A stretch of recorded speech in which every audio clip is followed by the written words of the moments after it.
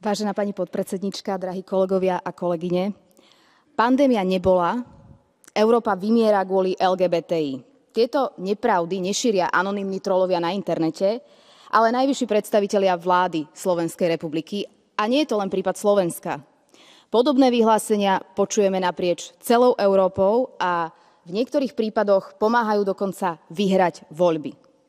Na začiatku každého zločinu z nenávistí sú slová. A vlády, ktoré vedome šíria dezinformácie, tým rozdeľujú spoločnosť. A sú z toho dnes možno krátkodobé politické zisky, ale dlhodobo sa z toho budeme ako spoločnosť spamätávať naozaj ťažko.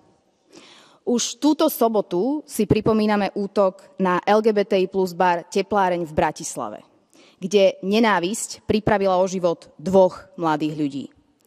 Šírenie lží o našich LGBTI plus blízkych a priateľoch nepomôže nikomu, no zraní mnohých a mnohé. Žiadna sebavedomá spoločnosť nemôže túto ponuku prijať. Sú to práve nezávislí novinári a novinárky, ktorí sú našou prvou obranou proti klamstvu.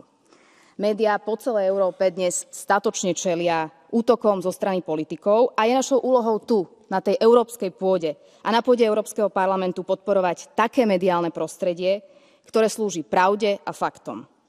Také mediálne prostredie, ktoré demokraciu neničí, ale ju pomáha brániť.